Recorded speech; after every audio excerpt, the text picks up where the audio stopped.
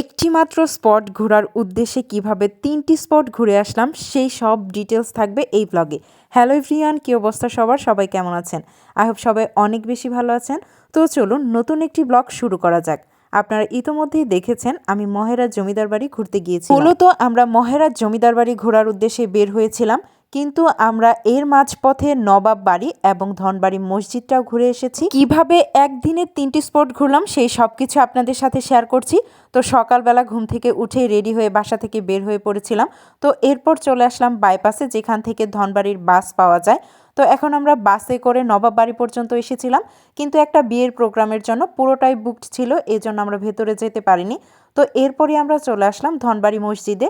তো এটাই ছিল মূলত ধনবাড়ি মসজিদ, যেখানে সবাই অনেক দান সৎকা করার জন্য আসে।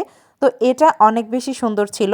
তো এই স্পট ঘোরার পরে আমরা প্ল্যান করি আমরা মহেরা জমিদার বাড়িতে যাব। পরে আমরা বাসে উঠেছিলাম, যেহেতু এই মহেরা জমিদার বাড়িটা অনেক বেশি দূরে ছিল, টাঙ্গাইল থেকেও আরও অনেক বেশি দূরে, প্রায় ঢাকার কাছাকাছি। তো এর জন্য আমরা বাস নিয়ে নিই। তো আমাদের ইচ্ছা ছিল শুধু জমিদার বাড়িতে ঘোরার জন্য, কিন্তু আমরা আসলে জমিদার বাড়িটায় নবাব বাড়ি ভেবে ঢুকেছিলাম। তো এই জন্যই আর কি একটা ঘোরার উদ্দেশ্যে এসে 3টা স্পট ঘুরতে হয়েছে। এরপর হঠাৎ করেই রাস্তার মাঝে আমাদের বাসটির চাকা পাংচার হয়ে যায়, এর জন্য আমাদের একটু ব্রেক দেওয়া হয়। তো এখানে তারা চাকা পাল্টাচ্ছিল, এর জন্য আমরা একটু বাইরে বের হয়ে হাঁটাহাঁটি করতেছিলাম, যেহেতু অনেকক্ষণ যাবত আমরা বাসে বসেছিলাম। তো এখন আমরা চলে এসেছি আমাদের মেইন পয়েন্টে। তো এখন হচ্ছে লাঞ্চের টাইম যেহেতু হয়ে গিয়েছিল, তাই আমরা আমাদের লাঞ্চটা সেরে তারপর হচ্ছে জমিদার বাড়িতে ঢোকার প্ল্যান করেছিলাম। তো এই জন্যই মূলত হোটেলটিতে আসা। এখন হচ্ছে আমরা আমাদের লাঞ্চটা করে নেব। তো আমার যেই কাজ, যেহেতু এখানে এসেছি, আমি এখানে তাদের খাবারগুলো দেখতেছিলাম কি কি খাবার আইটেম ছিল। তো এখানে অনেক ধরনেরই খাবার আইটেম ছিল, আর তাদের প্রত্যেকটা রান্না ছিল ওয়ান কাইন্ড অফ বাসার রান্না, মানে হচ্ছে মায়ের হাতের রান্না টাইপ।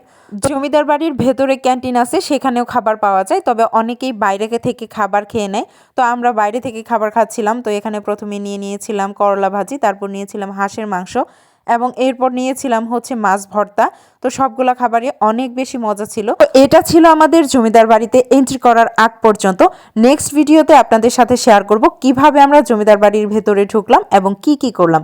তো আজকে এ পর্যন্তই, দেখা হবে নেক্সট ভিডিওতে। আল্লাহ হাফেজ।